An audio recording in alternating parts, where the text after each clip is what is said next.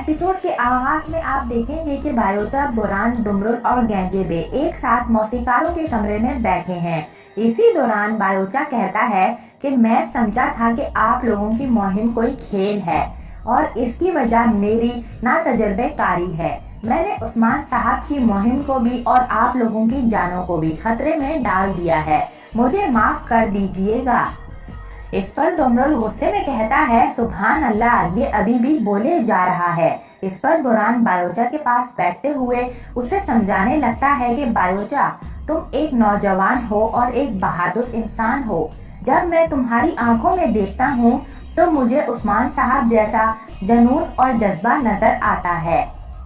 ये एक अच्छी बात है, लेकिन उस्मान साहब जैसा बनने के लिए तुम्हें बहुत सख्त मेहनत करनी होगी। इस पर दुमरुल बुरान की बात पर अपना सर हिलाकर उसकी तारीफ करता है। उधर बायोचा कहता है, बुरान अल्प, आज की रात मैं आप लोगों से बहुत कुछ सीख चुका हूँ।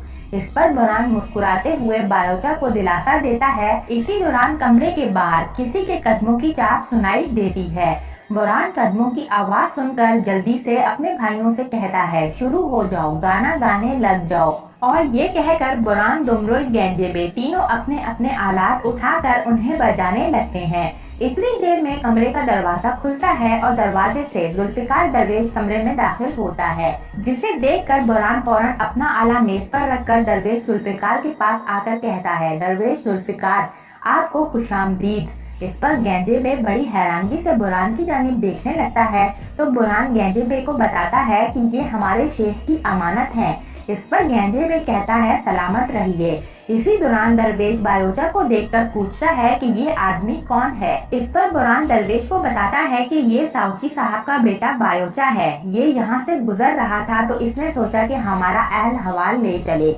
इस पर दरवेश जुल्फिकार बड़ी ही मायना खेज नजरों से बायोचा का जायजा लेने लगता है। इसी दौरान बुरान दरवेश से पूछता है कि क्या किलेदार अपने कमरों में जा चुके हैं। इस पर दरवेश अपने पास रखा नक्शा निकाल लेता है और फिर गेंजेबे भी अपना दफ एक जानिब रखकर सारे लोग नक्शे की जानिब देखने लगते हैं। दरवेश जुल्फिकार बुरान, दुमरुल और गेंजेबे को नक्शे में इशारा करके बताता है कि यहाँ पर किलेदारों के कमरे हैं। इस रास्ते पर 4 पहरेदार मौजूद हैं, आप लोग अपना ख्याल रखिएगा। इस पर दुमरुल दरवेश जुल्फिकार से कहता है, शुक्रिया भाई, हम अपना ख्याल रखेंगे। और फिर दरवेश नक्शा बुरान को देखकर कहता है, मैं आप लोगों को इस जगह पर खुद सही सालिम छोड़ आऊंगा। अल्लाह आप लोगों का हामी और नासिर हो। इस पर बुरान कहता है, आमीन।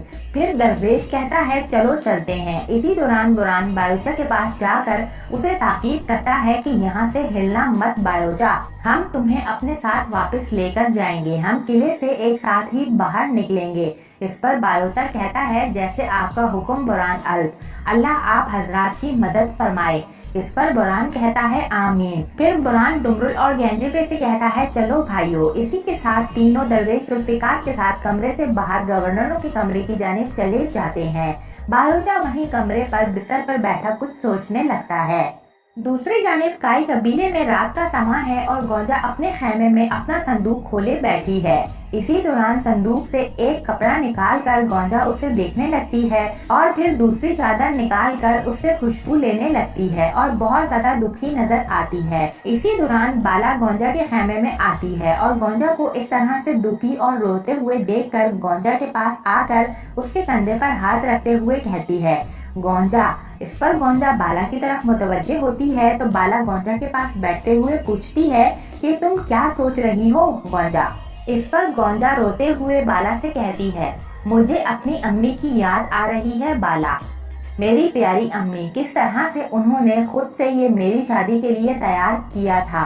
काश के वो और बाबा यहाँ होते। इस पर बाला गोंजा को तसल्ली देते हुए कहती है, मेरी प्यारी बहन, तुम्हें क्या मालूम है कि मुमकिन हो कि हमारे शेख ऐदाबाली तुम्हारी शादी में आ जाएं? क्या वो हम दोनों के बाबा नहीं? इस पर गोंजा मुस्कुराते हुए कहती है, बिल्कुल है बाला। इस पर बाला कहती है, चलो फिर खुश हो जाओ, पहले हमारे जांबाज पता याब होकर लौट आए तो फिर हम शादी की तैयारी शुरू करेंगे।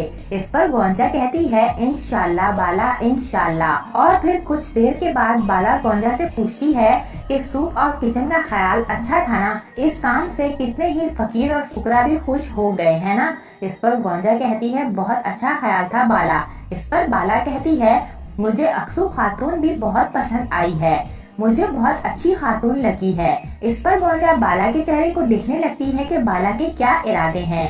तो बाला कहती है कि वो बहुत साफ सुथरे दिल की मालिक है। मेरे कहने का मतलब ये है कि हमें अक्सू खातून को आजमा लेना चाहिए। अगर वो इस आजमाइश में कामयाब हो गई तो इस पर गोंजा बाला से कहती है हाँ तो फिर क्या बाला, अगर वो कामयाब हो गई तो फिर क्या होगा। इस पर बाला कहती है अगर वो कामयाब हो गई तो इस वक्त मैं फिर उस्मान साहब से बात करूंगी और इस खातून के बारे में उन्हें बताऊंगी। इस पर गोंजा परेशान हो जाती है कि बाला आखिर चाहती क्या है। उधर बाला कहती है मुमकिन है कि उस्मान साहब को भी वो पसंद आ जाएगी। ये कहते हुए बाला रोने लगती है और फिर गोंजा भी अपना चेहरा दूसरी जानिब करके बाला के लिए रोने लगती है। दूसरी जानिब एनागोल किले में बुरान, दुमरुल और गेंजेबे शरबत के गिलास हाथ में लिए गाना गाते हुए गवर्नरों के कमरे की जानिब बढ़ रहे होते हैं, जहां पर 4 सिपाही पहले ही हिफाजत के लिए मामूर हैं। सिपाही बुरान, दुमरुल और गेंजेबे को इस तरफ आता देखकर इनकी जानिब आकर पूछते हैं कि तुम्हारा यहाँ पर क्या काम है, तुम लोग यहाँ पर क्या कर रहे हो। इस पर बुरान जवाब देता है कि हम किलेदारों को गीत सुनाने आए हैं। बुरान के इस जवाब पर सिपाही हंसने लगते हैं और फिर एक सिपाही पूछता है तो हमें क्या सुनाओगे। इस पर बुरान कहता है तुम्हें मौत का खूबसूरत गीत। इस पर सिपाही बुरान की बात को मजाक समझकर एक बार फिर हंसने लगते हैं। इसी दौरान बुरान मौका देखकर गिलास में मौजूद शरबत को सिपाही के मुंह पर फेंकता है और एन इसी लम्हे गेंजेबे और दुमरुल भी बाकी के सिपाहियों को अपने हथियार से कत्ल करने लगते हैं और कुछ देर की लड़ाई के बाद बुरान, गेंजेबे और दुमरुल तीनों सिपाहियों को मार देते हैं। इसके बाद बुरान गेंजेबे से कहता है इन कुत्तों को यहाँ से हटा दो गेंजे, और इसके साथ इस जगह की निगरानी भी करो। इसके बाद फिर बुरान दुमरुल से कहता है चलो भाई तुम मेरे साथ, और फिर दुमरुल और बुरान दोनों अलग अलग कमरों में दाखिल हो जाते हैं। उधर गेंजेबे फौजियों की लाशों को ठिकाने लगाने लगता है।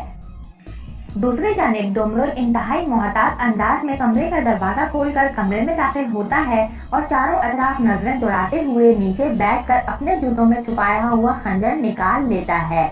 इसके बाद मोहतात अंदाज में गवर्नर की जानिब यानी कि बेड की जानिब बढ़ने लगता है, मगर वहाँ पर गवर्नर तो नहीं लेकिन एक बाज़ंतीनी फौजी सो रहा होता है और दुमरुल उसे गवर्नर समझकर उस पर वार करने ही वाला होता है कि उससे पहले ही बाज़ंतीनी सिपाही दुमरुल के वार को रोककर दुमरुल का हाथ पकड़ लेता है।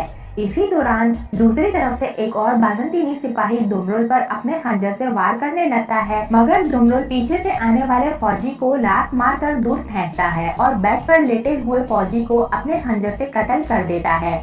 इसी दौरान एक और सिपाही दुमरुल पर काबू पाने की कोशिश करने लगता है, मगर दुमरुल इसे भी रोकने की कोशिश करता है। इसी दौरान बाज़ंतीनी फौजी दुमरुल को मारते हुए मेज पर धक्का देता है और खुद तलवार निकालकर दुमरुल पर हमला करने की कोशिश करने ही वाला होता है कि इसी वक्त दुमरुल उसे लात मारकर दूर फेंकता है और खुद को संभालने की कोशिश करने लगता है। लेकिन इस दौरान दुमरुल को महसूस होता है कि जैसे इसकी आंखों में अंधेरा छा रहा है और चक्कर आ रहे हैं। कमरे में मौजूद सिपाही दुमरुल को धुंधलाते हुए नजर आने लगते हैं। दुमरुल को इस हालत में देखकर बाज़ंतीनी फौजी हंसने लगते हैं, मगर दुमरुल को कुछ समझ नहीं आ रहा होता और आखिर में वो अपनी आंखों पर हाथ रख देता है। दूसरी तरफ बुरान भी गवर्नर के कमरे में दाखिल होता है, जहां पर पहले से ही बुरान के लिए घात लगाई हुई है। जैसे ही बुरान कमरे में दाखिल होता है तो दरवाजे के पीछे छुपा बाज़ंतीनी फौजी बुरान पर हमला करने की कोशिश करता है, लेकिन बुरान अपने दुश्मन को महसूस करने की तेज हिस्स से बाज़ंतीनी फौजी के हमले को रोक देता है और अपने ही खंजर से इसे कत्ल कर देता है। ये देखकर बेड पर लेटे बाकी फौजी भी अपने अपने हथियार उठाकर बुरान पर हमला करने लगते हैं। इसी दौरान एक सिपाही बुरान के हाथ पर अपने खंजर से ज़र्ब लगा देता है, जिसकी वजह से बुरान को शदीद तकलीफ होने लगती है और इसकी आंखों में भी अंधेरा छाने लगता है। बुरान तमाम सूरत हाल देखकर कहता है अच्छा तो ये जाल है कुत्तों, मैं तुम्हें छोड़ूंगा नहीं। उधर दुमरुल भी खुद को होश में रखने की कोशिश करते हुए बाज़ंतीनी सिपाहियों से पूछता है ओए खबीसो, तुम लोगों ने खंजर पर क्या लगाया था? इस पर बाज़ंतीनी सिपाही हंसते हुए कहता है, तुम्हारी मौत की दवा लगाई थी। दुमरुल को सिपाहियों की आवाज कुछ कुछ समझ आती है तो दुमरुल कहता है, अभी मैं तुम लोगों को मजा चखाता हूँ, सब्र करो। इसी दौरान एक और सिपाही दुमरुल पर हमला करता है, मगर दुमरुल बाज़ंतीनी सिपाहियों से लड़ाई करने लगता है। लेकिन दुमरुल ज्यादा देर तक सिपाहियों का मुकाबला नहीं कर पाता और एक फौजी के वार से जमीन पर जा गिरता है और बेहोश हो जाता है। यहाँ पर इस एपिसोड का इख्तिताम हो जाता है। नेक्स्ट एपिसोड के लिए आप हमारे चैनल को सब्सक्राइब कर लें। इसके अलावा वीडियो को लाइक करके अपने दोस्तों के साथ जरूर से शेयर कर दें। Thanks for watching and keep supporting us.